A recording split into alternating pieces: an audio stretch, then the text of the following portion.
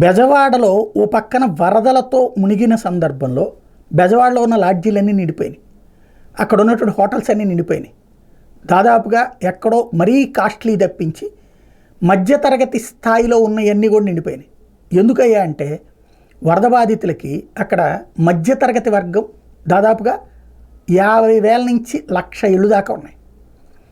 టోటల్గా 2.5-3 లక్షల ఇళ్ళు లెక్కేసుకుంటే 1,00,000-1,50,000 మధ్యతరగతి వర్గమే ఉన్నారు.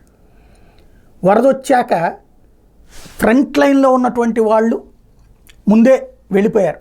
ఏది ఆ నీళ్లలో నడుచుకుంటూ వచ్చి తెలిసిన వాళ్ళకి బంధువులకి కొంతమంది వెళ్ళగలిగితే, అదే సందర్భంలో వేరే ఊళ్ళకి వెళ్ళిపోయిన వాళ్ళు ఉన్నారు. అలా దూర ప్రాంతాలకి వెళ్ళలేని వాళ్ళు లేదా ఎక్కడికో వెళ్ళి వాళ్ళ మీద మనం భారం అవ్వడం ఎందుకు అనుకున్నటువంటి వాళ్ళు విజయవాడలో ఉన్నటువంటి హోటళ్లలో రూములు తీసుకున్నారు. అక్కడ దిగారు. ఆ హోటళ్లలో ఉన్నారు. రోజుకి 3,000 నుంచి 5,000 ఛార్జ్ చేసినటువంటి లాడ్జీలు ఉన్నాయి. 1,800 నుంచి 3,000 ఛార్జీలు చేసినవి ఉన్నాయి.